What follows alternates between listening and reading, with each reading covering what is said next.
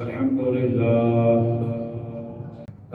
لله وكفى وسلام على عباده الذين اصطفى أما بعد فأعوذ بالله من الشيطان الرجيم بسم الله الرحمن الرحيم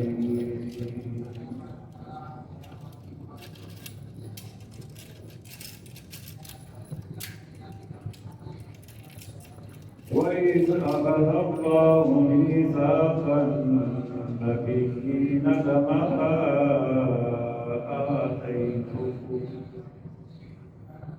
آتيتكم من كتاب وحكمة ثم جاءكم رسول مصدق لما معكم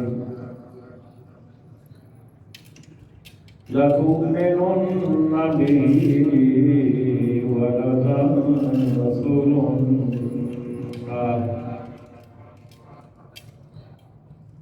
قال أأقررتم وأخذتم على ذلكم إصري قالوا أقررنا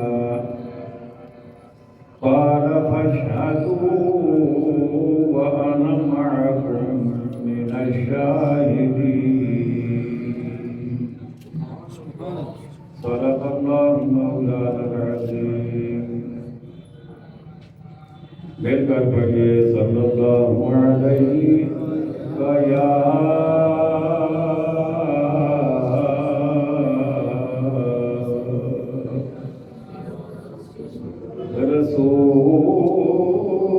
رسول اللہ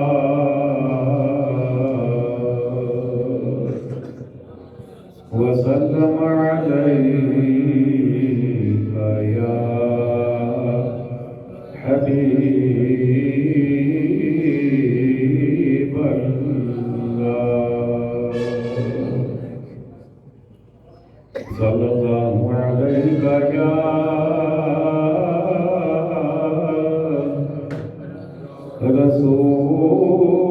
رسول الله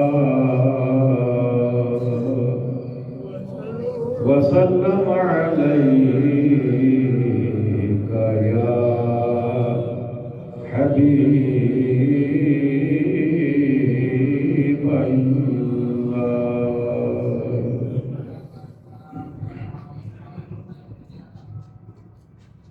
واجب سطح عظیم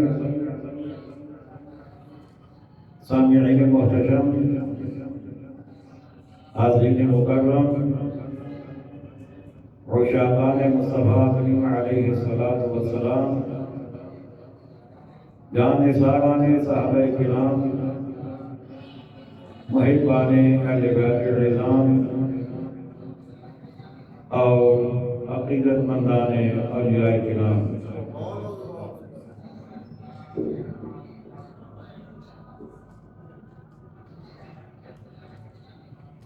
تفسیر قرآن کے سلسلہ میں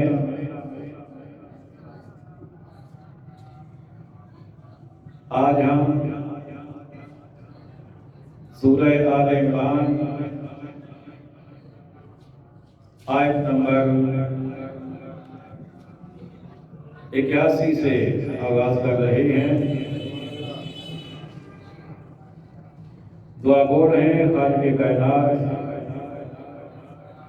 حق بات کہنے کی، سننے کی، سمجھنے کی، عمل کرنے کی اور آگے پہنچانے کی ہم سب کو توفیق عطا فرمائے۔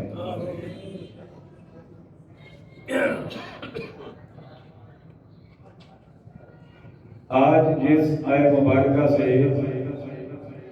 آغاز ہو رہا ہے اسے آیت میثاق کہا جاتا ہے۔ مشہور و معروف آیت مبارکہ ہے۔ اگر آپ دلچسپی سے میلاد مصطفیٰ کی محافل سنتے رہے ہوں تو آپ کے ذہن میں یہ آیت مبارکہ ضرور ہوگی۔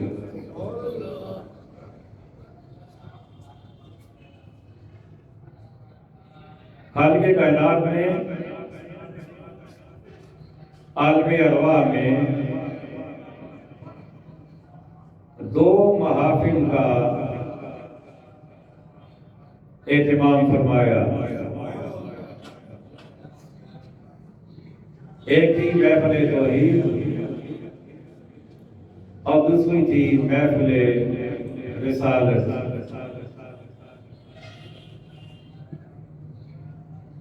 جب اپنی توحید کا اقرار کروانا تھا، اپنے آپ کو منوانا تھا، تو رب نے سب کو بلا لیا۔ عیسائیوں کی روحیں بھی تھیں، یہودیوں کی بھی تھیں، سکھوں کی بھی تھیں،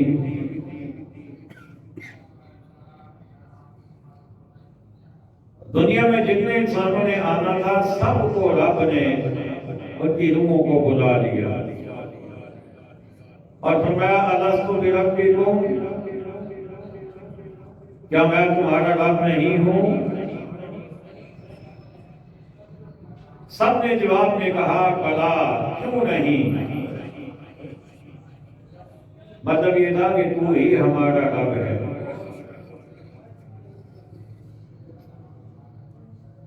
محفل برخاست ہو گئی، اس کے آگے کوئی سوال نہ کوئی جواب، نہ کوئی اقرار نہ کوئی گواہی۔ لیکن جب باری آئی اپنے محبوب علیہ السلام کے عظمت والے اجلاس کی، اپنے محبوب کے شانوں کے اظہار کی، تو رب نے وہاں پر پلیتوں کو نہیں آنے دیا، صرف پاکوں کو بلایا۔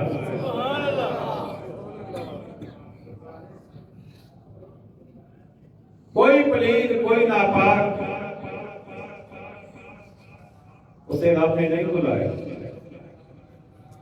فرمایا وَإِذْ أَخَذَ اللَّهُ مِيثَاقَ النَّبِيِّينَ، اور محبوب یاد کرو جب اللہ نے پیغمبروں سے ان کا عہد لیا، صرف اور صرف نبیوں کو بلایا گیا۔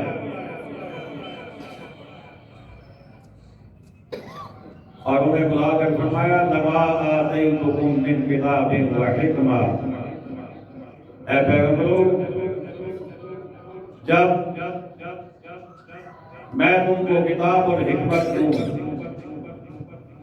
ثم جاءکم رسول، پھر تشریف لائے تمہارے پاس وہ رسول، مصدق لما معکم، کہ تمہاری کتابوں کی تصدیق فرمائے، لَتُؤْمِنُنَّ بِهِ وَلَتَنْصُرُنَّهُ، تو تم ضرور ضرور اس پر ایمان لانا اور ضرور ضرور اس کی مدد کرنا۔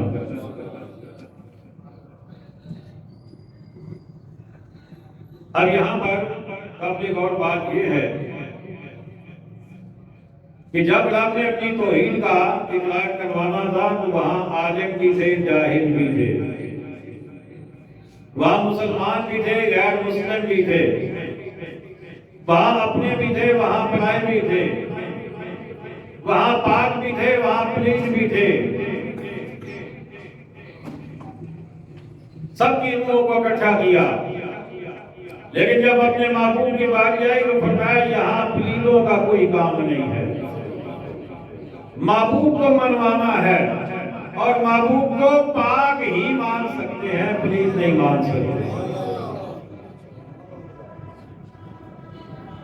سب سے اعلیٰ انسانوں میں جن کو رب نے درجہ عطا فرمایا وہ انبیاء ہیں، وہ رسول ہیں، تو رب نے انہیں کو بلایا۔ کہ جن سے گناہ کا تصور بھی نہیں ہے۔ انبیاء گناہوں سے پاک ہوتے ہیں، رب نے ان پر اپنے کرم کے پیرے لگا رکھے ہیں، وہ گناہ نہیں کرتے، معصوم۔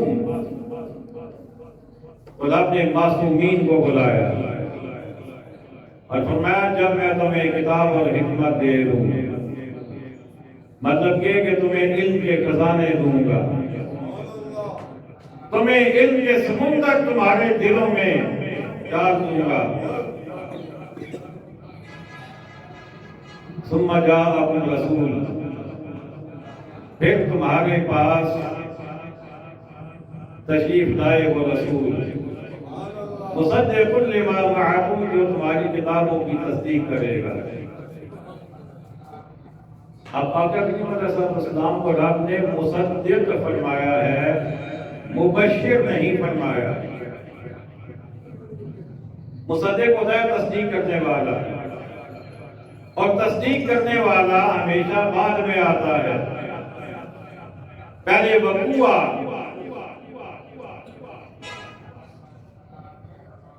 انجام پذیر ہوتا ہے، واقعہ ہوتا ہے، اور اس کے بعد اس کی تصدیق یا تردید ہوتی ہے۔ سارے انبیاء پہلے آ گئے، جنہیں رب کی کتابیں دینی تھی کتابیں عطا فرما دی، جنہیں صاحب دینے تھے صاحب عطا فرما دیے، جنہیں نبوت کا تاج پہنانا تھا وہ نبی بن گئے، جنہیں رسالت کا تاج پہنایا وہ رسول بن گئے۔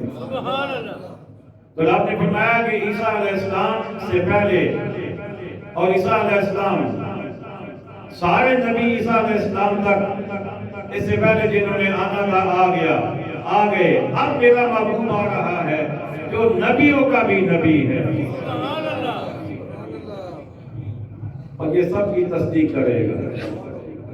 آدم علیہ السلام ہو، عیسیٰ علیہ السلام ہو، ہود علیہ السلام ہو، نوح علیہ السلام ہو، موسیٰ علیہ السلام ہو، عیسیٰ علیہ السلام ہو، ابراہیم علیہ السلام ہو، جتنے نبی پہلے آئے میرے آقا علیہ السلام نے سب کی تصدیق فرمائی۔ آپ مصدق ہیں، تصدیق فرمانے والے، لیکن آپ مبشر نہیں ہیں۔ مبشر کا مطلب ہوتا ہے خوشخبری دینے والا، کہ میرے بعد بھی کوئی نبی آئے گا، یہ آپ نے نہیں کہا، اس لیے کہ آپ کے بعد کوئی ہے ہی نہیں۔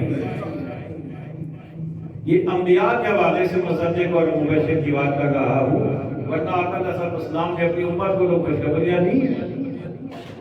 آپ بشیر بھی ہیں، آپ نذیر بھی ہیں، لیکن پچھلے انبیاء کے حوالے سے یہ بات میں نے کی ہے۔ اور پھر آپ نے فرمایا کہ وہ تمہاری تصدیق فرمائے۔ اب رب نے آگے کیا فرمایا؟ لَتُؤْمِنُنَّ بِهِ وَلَتَنْصُرُنَّهُ، فرمایا جب میرا محبوب آ جائے تو تم ضرور اس پر ایمان لانا، اور ضرور اس کی مدد کرنا۔ اب آپ سے کچھ پوچھنا چاہتا ہوں، آپ کی توجہ درکار ہے۔ رب کو معلوم تھا نا کہ سارے نبی میرے آخری پیغمبر سے پہلے دنیا میں آئیں گے اور چلے بھی جائیں گے اپنا وقت پورا کر کے۔ رب نے پھر بھی کہا کہ تم نے ایمان ضرور لانا ہے، حالانکہ رب کو معلوم تھا کہ جب میرا محبوب آئے گا تو ان میں سے کوئی بھی اس وقت موجود نہیں ہوگا ظاہری طور پہ، لیکن رب نے کہا تم نے ایمان بھی لانا ہے، تم نے مدد بھی کرنی ہے۔ تو قرآن ہمیں یہ بتا رہا ہے کہ انبیاء کی بھی یہ شان ہے، انبیاء کی یہ شان ہے کہ وہ اپنے بعد آنے والے پیغمبر پر ایمان بھی لا سکتے ہیں اور مدد بھی کر سکتے ہیں۔ لوگ ہمیں کہتے ہیں جو دنیا سے چلا جائے، جو قبر میں چلا جائے اس سے کیوں مانتے ہو، وہ تو کچھ نہیں کر سکتا، لیکن رب ہمیں قرآن میں بتا رہا ہے، رب نبیوں سے کہہ رہا ہے کہ تم نے ایمان بھی لانا ہے اور مدد بھی کرنی ہے۔ اللہ اکبر۔ اب ایک ایمان تو وہ تھا کہ جب رب نے یہ کہا نبیوں سے کہ تم نے ایمان لانا ہے تو ایمان اسی وقت انہوں نے قبول کر لیا. جب رب نے کہہ دیا کہ مولا تیرا جو بھی محبوب ہمارے بعد آئے یہ جب بھی آئے گا ہم اسے مان لیا, ایمان تو ہو گیا, لیکن مدد اس وقت تک نہیں ہو سکتی تھی جب تک آقا علیہ السلام تشریف نہ لائیں. لیکن رب نے کہا تم نے مدد بھی کرنی ہے اور پھر انبیاء نے مدد کی بھی. ایمان کا ثبوت کیسے کہ جب آقا علیہ السلام معراج پر تشریف لے گئے مسجد اقصیٰ میں جب آقا علیہ السلام نے نماز پڑھائی تو سارے نبی 1,24,000 کم و بیش وہ سارے کے سارے اپنی قبروں سے نکل کر مسجد اقصیٰ میں آ کر ہمارے آقا کے پیچھے نماز پڑھ رہے تھے.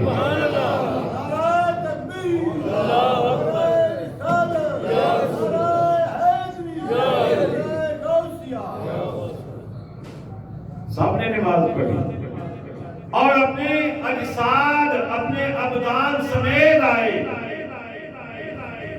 خالی ہوئے نہیں آئی, اپنی جسموں سمیت آئے, نماز پیچھے پڑھی, اپنا امام مانا, اور جسے امام مانا جائے اس پر ایمان تو ہوتا ہی ہے. اب آقا صلی اللہ علیہ وسلم آگے کھڑے ہیں, باقی نبی پیچھے ہیں, تو باقی نبیوں کا پیچھے کھڑا ہونے کا مطلب یہی ہے کہ ہم آپ کے پیچھے نماز پڑھ رہے ہیں, آپ کو اپنا امام بھی مان رہے ہیں اور آپ پر ایمان بھی لا رہے ہیں آقا علیہ السلام کے حوالے سے. اچھا, اب اس کے بعد آپ نے فرمایا تم نے مدد بھی ضرور کرنی ہے. تو اب مدد کیسے کی انہوں نے؟ یہ جو رب نے معراج کی رات 50 نمازیں ہمارے لیے دی تھی آقا علیہ السلام کو, وہ 5 کیسے ہو گئی پتہ ہے نا آپ کو؟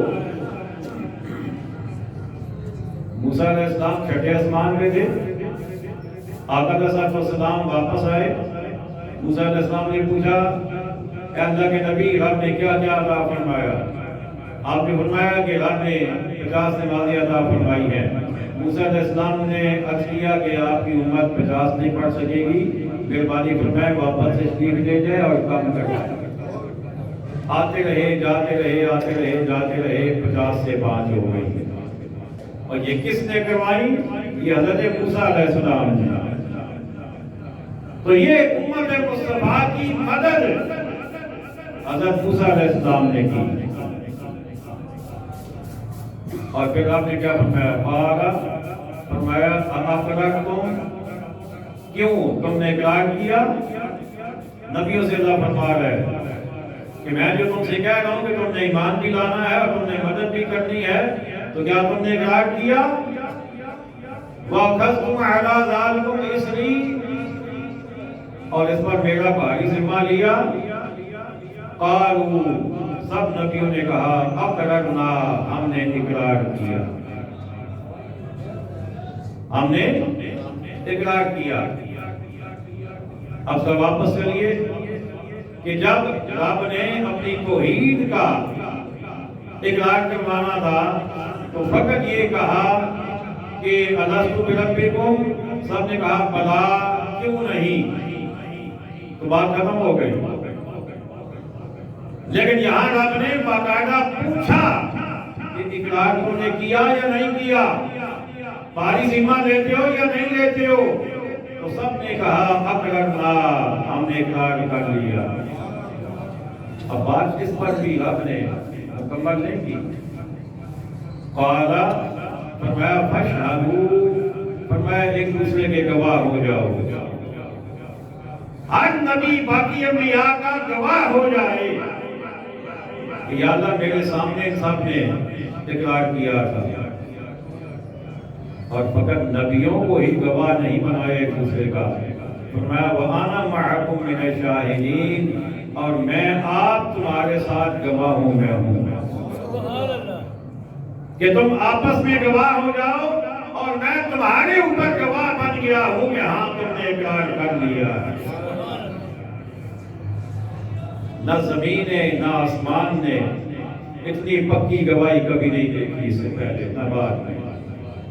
اس لیے کہ مسئلہ عظمت رسالت کا ہے، مسئلہ شان مصطفیٰ کا ہے، اور یہ اتنا اہم مسئلہ ہے، اتنا یہ ضروری مسئلہ ہے کہ اب نبیوں سے بھی باقاعدہ اقرار لے رہا ہے اور ان سے وعدہ لے رہا ہے اور انہیں گواہ بنا کر خود کی گواہ بن رہا ہے۔ تو عظمت رسالت کوئی معمولی بات نہیں۔ اچھا، اس پر بھی بات نہیں ہے، وجہ ہے آپ کی، اس پر بھی بات نہیں۔ آگے فرمایا فَمَن تَوَلَّى بَعْدَ ذَلِكَ فَأُولَٰئِكَ هُمُ الْفَاسِقُونَ۔ فرمایا تو جو کوئی اس کے بعد پھرے تو وہی لوگ فاسق ہیں، یعنی جو گواہی دے کر پھر گواہی سے ہٹ جائے، تو آپ نے فرمایا کہ وہی لوگ فاسق ہیں۔ اب نبیوں کے بارے میں تو تصور بھی نہیں ہو سکتا نا کہ وہ گواہی دے اور پھر جائیں، ان کے بارے میں تو گمان بھی نہیں ہو سکتا، لیکن اس کا مطلب یہ تھا کہ اے نبیوں، تم نے تو اقرار کر بھی لیا، اب تم نے اپنی امتوں سے بھی اقرار لینا ہے میرے محبوب کی عظمتوں کا، ان کی شانوں کا، اور تم نے بھی جا کر میرے محبوب کا انتظار کرنا ہے، تمہاری امتوں نے بھی منتظر رہنا ہے۔ لیکن اگر تمہاری امتوں میں سے بھی اگر اس بات سے پیچھے ہٹ گیا تو وہ فاسقوں میں شامل ہو جائے گا۔ اللہ اکبر۔ افغیر دین اللہ یبغون، تو کیا اللہ کے دین کے سوا اور دین چاہتے ہیں؟ وَلَهُ أَسْلَمَ مَنْ فِي السَّمَاوَاتِ وَالْأَرْضِ طَوْعًا وَكَرْهًا وَإِلَيْهِ يُرْجَعُونَ۔ فرمایا اور اسی کے حضور گردن رکھے ہیں جو کوئی آسمانوں اور زمین میں ہیں، خوشی سے اور مجبوری سے، اور اسی کی طرف پھیریں گے۔ اب اس کا مطلب اللہ تعالیٰ یہ فرما رہا ہے کہ جو دین نبیوں کو ملا وہی دین چلتے چلتے میرے محبوب تک پہنچا۔ اگرچہ کچھ احکامات میں تبدیلی ضرور ہے، لیکن بنیادی جیسے توحید ہے، جیسے شرک ہے، تو وہ بالکل وہی رہے۔ عبادات میں ضرور فرق آیا ہے کہ ان کا طریقہ کار اور تھا، یا ان کی رکعات کی تعداد یا نمازوں کی تعداد وہ مختلف تھی۔ تو فرمایا کہ جو کوئی اس دین کے علاوہ کوئی اور دین اپنے لیے پسند کرے گا، رب نے فرمایا کہ وہ حق سے ہٹنے والا ہے، اور فرمایا کہ آسمان و زمین میں جو کچھ ہے وہ اللہ کے سامنے سرنگوں ہے، اللہ کو ماننے والی ہے، اللہ کا حکم ماننے والی ہے۔ اور فرمایا کہ کوئی خوشی سے مانے یا کوئی مجبوری سے مانے، لیکن ہر کوئی مانتا ہے۔ اب اہل ایمان کو خوشی سے ماننے والے ہیں، اور وہ بر وقت ماننے والے ہیں۔ جب بھی کسی پر پیغام حق پہنچا تو اس نے فوراً قبول کر لیا، لیکن کافر مرنے کے وقت مان لیتے ہیں، وہ بھی مان لیتے ہیں، لیکن وہ اس وقت ان کا ماننا قبول نہیں ہوتا۔ اور فرمایا اسی کی طرف پھیریں گے۔ قل، اے محبوب فرما دو، آمنا باللہ، ہم ایمان لائے اللہ پر، وَأُنزِلَ عَلَيْنَا وَمَا أُنزِلَ عَلَيْنَا، اور اس پر جو ہماری طرف اترا، وَمَا أُنزِلَ عَلَىٰ إِبْرَاهِيمَ وَإِسْمَاعِيلَ وَإِسْحَاقَ وَيَعْقُوبَ وَالْأَسْبَاطِ، اور جو اترا ابراہیم اور اسماعیل اور اسحاق اور یعقوب اور ان کے بیٹوں پر۔ اب آگے چلنے سے پہلے توجہ کیجیے گا، رب اپنے محبوب سے کہلوا رہا ہے کہ محبوب آپ اعلان کر دیں، آپ بتا دیں آنے والوں کو کہ ہم ایمان لائے اللہ پر اور اس پر جو ہماری طرف اترا۔ لیکن اسی پر بس نہیں ہے، فرمایا اور اس پر بھی جو ابراہیم، اسماعیل، اسحاق، یعقوب اور ان کے اولادوں پر اترا۔ اس کا مطلب یہ ہوا کہ ایمان وہی ہے جو بزرگوں سے ملے، صحیح عقیدہ وہی ہے جو بڑوں سے ملے، جو اسلاف سے ملے۔ اگر آج کوئی بندہ خود نئے عقائد بنا کے بیٹھ گیا ہے اور وہ نئی تھیوری پیش کر رہا ہے کہ میں یوں کہتا ہوں، مجھے یہ سمجھ آئی ہے، میں تمہیں یہ بتا رہا ہوں، تو اس کی میں کو نہیں مانا جائے گا۔ بات سمجھ آ گئی؟ اس کی کسی بات کو نہیں مانا جائے گا۔ عقیدہ وہی سچا ہے جو بزرگوں سے پہنچا ہے۔ پھر آپ نے فرمایا کہ محبوب آپ بھی بتا دیں کہ میں ایمان لایا، ہم ایمان لائے، ہم نے یا پاک دو بچن پر اترا وما اوتی موسیٰ و عیسیٰ والنبیون من ربہم، اور جو کچھ ملا موسیٰ اور عیسیٰ اور انبیاء کو ان کے رب سے، اس کو بھی ہم نے مانا۔ اب پتہ چلا ایمان والا وہی ہوگا جو ہر نبی کو بھی مانے اور ہر نبی پر اترنے والے کلام کو بھی مانے، اس کو بھی مانے۔ ایمان والا وہی ہوگا۔ اور اللہ کا شکر ہے ہم کسی نبی کا انکار نہیں کرتے، ہم کسی نبی کی عظمت میں کوئی فرق نہیں آنے دیتے۔ ان پر جو جو کلام رب نے جیسا جیسا نازل کیا ہم اس کو ویسا ویسا حق مانتے ہیں۔ جو بعد میں تبدیلیاں ہوئی ہیں تبدیلیوں کو ہم نہیں مانتے، لیکن اس میں اب بھی جو نازل شدہ ہے اس پر اب بھی ہمارا ایمان ہے۔ اور پھر آپ نے فرمایا محبوب یہ بھی کہہ دیں لا نفرق بین احد منہم، ہم ان میں کسی پر ایمان میں فرق نہیں کرتے۔ قابل غور الفاظ ہیں یہ، آپ کے گھر میں بھی ترجمے موجود ہوں گے، مساجد میں بھی موجود ہیں۔ اعلیٰ حضرت کے علاوہ باقی لوگوں نے جو ترجمہ اس کا کیا انہوں نے یہ ترجمہ کیا کہ ہم ان میں فرق نہیں کرتے، یعنی نبیوں میں فرق نہیں کرتے، جبکہ حقیقت یہ ہے کہ ہم فرق کرتے ہیں۔ بات آپ کو سمجھ آئیے کوئی نہیں؟ اب مجھے بتائیے ہمارے نبی سب سے اعلیٰ ہیں یا نہیں ہیں؟ مجھے بولیے نا، تو فرق ہو گیا نا۔ ہم فرق کرتے ہیں، ہر نبی کو جو جو رب نے درجہ دیا ہم اس کے درجے کے مطابق انہیں مانتے ہیں، اور اپنے نبی کو ہم سب نبیوں کا نبی مانتے ہیں۔ نعرہ تکبیر، نعرہ رسالت، نعرہ تاکید، نعرہ حیدری، نعرہ غوثیہ، تاجدار ختم نبوت، خطیب اہل سنت۔ اگر یہ ترجمہ کیا جائے کہ ہم ان میں فرق نہیں کرتے اور حقیقت میں تو فرق کر رہے ہیں، تو کل کوئی سوال کر بیٹھے گا کہ یہ تم تو کہتے ہو فرق نہیں کرتے، تو پھر یہ کیوں کہتے ہو کہ سب سے اعلیٰ و اولیٰ ہمارا نبی، سب سے بالا و والا ہمارا نبی، یہ تو تم فرق کر رہے ہو نا۔ اور تمہارا قرآن یہ کہتا ہے کہ ہم فرق نہیں کرتے۔ اعلیٰ حضرت نے کمال کر دیا یہاں پہ۔ اعلیٰ حضرت نے جو ترجمہ کیا فرمایا ہم ان میں کسی پر ایمان میں فرق نہیں کرتے، یعنی ایمان لانے میں فرق نہیں کرتے، ہم سب پر ایمان لاتے ہیں۔ اور یہ کمال صرف اعلیٰ حضرت کا ہے۔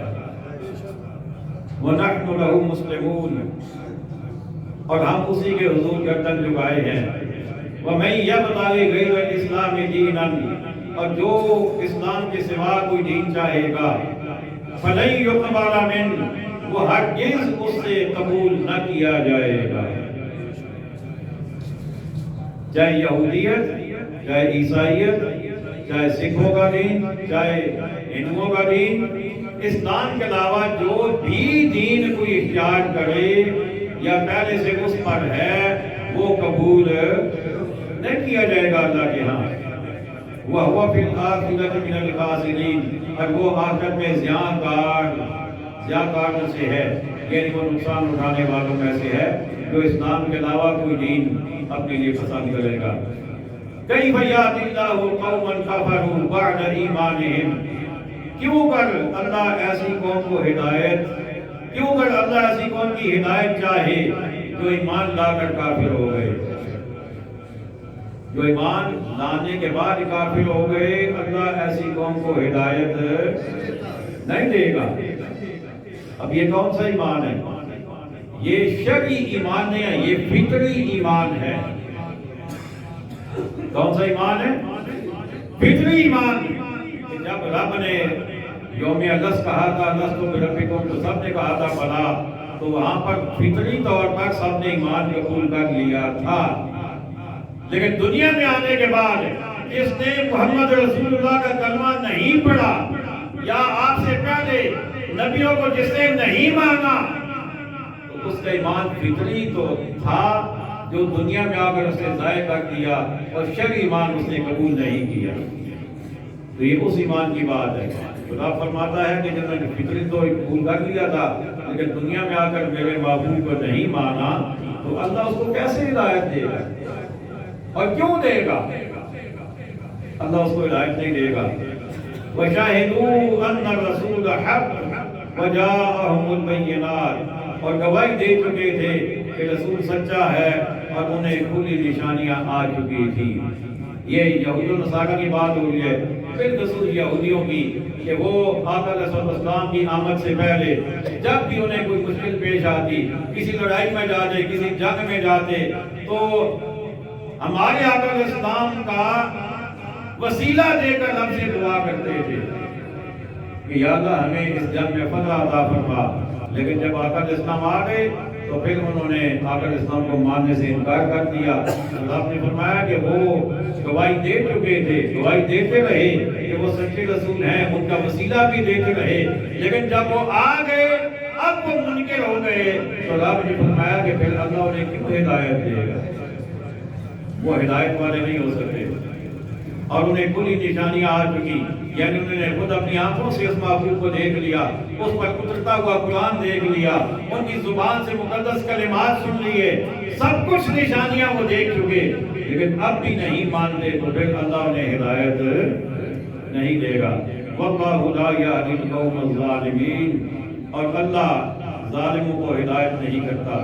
أُولَٰئِكَ جَزَاؤُهُمْ أَنَّ عَلَيْهِمْ لَعْنَةَ اللَّهِ وَالْمَلَائِكَةِ وَالنَّاسِ أَجْمَعِينَ، ان کا بدلہ یہ ہے کہ ان پر لعنت ہے اللہ اور فرشتوں اور آدمیوں کی، سب کی جو رسول اللہ کو نہیں مانتے۔ یہ ان کی بات ہو رہی ہے۔ خالدین فیہا، ہمیشہ اس میں رہیں، لا یخفف عنہم العذاب، ان سے عذاب ہلکا نہ ہوگا، ولا هم ينظرون، اور نہ انہیں مہلت دی جائے، نہ عذاب ان سے ہلکا کیا جائے گا۔ یعنی جب وہ جہنم میں پھینکے جائیں گے تو جتنا شدید عذاب انہیں پہلی دفعہ ہوگا ہمیشہ وہی عذاب ان پہ جاری رہے گا، وہ ہلکا نہیں کیا جائے گا، اور ان پر اور انہیں مہلت بھی نہیں دی جائے گی۔ إِلَّا الَّذِينَ تَابُوا من بعد ذلك وَأَصْلَحُوا، مگر جنہوں نے اس کے بعد توبہ کی اور خود کو سنبھالا، مطلب یہ کہ وہ اگر واپس پلٹ آئیں، توبہ کر لیں، آقا علیہ السلام کو مان لیں، ان کے غلام بن جائیں اور اپنے آپ کو ٹھیک کر لیں، رب فرماتا ہے پھر ان کی توبہ بھی قبول ہو جائے گی اور انہیں جہنم سے نجات بھی مل جائے گی۔ فَإِنَّ اللَّهَ غَفُورٌ رَحِيمٌ، تو ضرور اللہ بخشنے والا مہربان ہے۔ إِنَّ الَّذِينَ كَفَرُوا بَعْدَ إِيمَانِهِمْ، بے شک وہ جو ایمان لا کر کافر ہوئے، ثُمَّ ازْدَادُوا كُفْرًا لَن تُقْبَلَ تَوْبَتُهُمْ، پھر اور کفر میں پڑے ان کی توبہ ہرگز قبول نہ ہوگی۔ اب اس پہ اللہ یہ فرما رہا ہے کہ جنہوں نے کفر کیا ایمان لانے کے بعد، یعنی فطری طور پر تو ایمان لا چکے تھے یوم میثاق، بلکہ اس سے پہلے یوم النصر، لیکن دنیا میں آ کر ایمان نہ لائے اور پھر دنیا میں آ کر کفر میں اور آگے چلے گئے اور آگے بڑھ گئے، تو اللہ تعالیٰ فرما رہا ہے کہ ان کی توبہ ہرگز قبول نہ ہوگی۔ وَأُولَٰئِكَ هُمُ الضَّالُّونَ، اور وہی ہیں بہکے ہوئے۔ إِنَّ الَّذِينَ كَفَرُوا وَمَاتُوا وَهُمْ كُفَّارٌ، وہ جو کافر ہوئے اور کافر ہی مرے، فَلَن يُقْبَلَ مِنْهُ، ان میں سے کسی سے قبول نہیں کیا جائے گا، فَلَن يُقْبَلَ مِنْ أَحَدِهِمْ مِلْءُ الْأَرْضِ ذَهَبًا وَلَوِ افْتَدَىٰ بِهِ، اور ان میں کسی سے زمین بھر سونا ہرگز قبول نہ کیا جائے گا اگرچہ اپنی خلاصی کو دے۔ یعنی اللہ یہ فرما رہا ہے کہ اگر کافر تھے، کافر ہی مرے، تو اگر وہ اس کے بدلے میں پوری زمین سونے سے بھر کر بھی دے دیں اپنی نجات کے لیے، تو اللہ وہ قبول نہیں کرے گا۔ ایمان کا بدل کوئی اور چیز، سارے بولیے نا، کوئی اور چیز، ساری دنیا کا سونا اکٹھا کر لیا جائے، زر و جواہر اکٹھے کر لیے جائے، لیکن ایمان کا بدل وہ نہیں ہو سکے۔ ایمان ایمان ہی ہے۔ اولئک لہم عذاب علیم، ان کے لیے دردناک عذاب ہے، وما لہم من ناصرین، اور ان کا کوئی مددگار نہیں، قیامت کے دن کوئی ان کا مدد کرنے والا نہیں ہوگا۔ حضرات گرامی، آج الحمدللہ ہمارے 3 پارے تفسیر مکمل ہو چکی ہے۔ آج تیسرا پارہ مکمل ہو چکا ہے۔ دعا کریں اللہ تعالیٰ ہمیں اس سلسلے کو آگے چلاتے رہنے کی توفیق عطا فرمائے اور عمل کی بھی توفیق عطا فرمائے۔ اب آپ سے کہنا تو کچھ نہیں ہے، ایک منٹ تشریف رکھیں۔ آپ سب کو مبارکباد دینی ہے کہ آپ کے تعاون سے اللہ تعالیٰ نے کرم کیا اور ہم نے مسجد کا تیسرا لنگر ڈال دیا۔ یقیناً آپ سارے مبارکباد کے مستحق ہیں اور آپ شکریہ کے مستحق ہیں کہ آپ کا تعاون ہمیشہ جاری رہا، اور میں بھی خوش نصیب ہوں، آپ بھی خوش نصیب ہیں کہ مجھے آپ سے گزارش کرنے کا موقع اللہ دے رہا ہے، اور پھر ہم سب کو مل کر جو بھی اللہ توفیق دیتا ہے وہ ہمیں شامل کرنے کی توفیق بھی اللہ دے رہا ہے۔ ہم تو دنیا سے چلے جائیں گے، لیکن یہاں پھر بھی نمازیں اور اذانیں ہوتی رہیں گی، قرآن پڑھا جاتا رہے گا، ہماری قبر میں مسلسل ثواب پہنچتا رہے گا۔ اور اب اس سے اگلی بات یہ ہے کہ اب کام شروع کرنا ہے غسل خانے بنانے کا۔ مسجد کے اندر باہر وضو خانے بنے ہوئے ہیں، استنجا خانے بھی باہر ہیں۔ سردی کے موسم میں ایک تو باہر ویسے ہی مسئلہ ہوتا ہے، پھر وہ جگہ ہے بھی مسجد کی نہیں ہے، اور اندر وضو خانے اور استنجا خانے نہ ہونے کی وجہ سے ہمارے اعتکاف بھی اجتماعی پچھلے سال بھی یہاں نہیں ہو سکا۔ تو انشاءاللہ اس رمضان شریف تک ہمارا ارادہ ہے کہ ہم یہ دونوں چیزیں اندر لے آئیں، اور تاکہ سہولت بھی ہو اور اعتکاف بھی اسی مسجد کے اندر ہو۔ آپ کیا کیجیے نا، سبحان اللہ۔ ابھی میں نے چندے کی اپیل نہیں کی ہے، سبحان اللہ کہہ رہے ایک مرتبہ،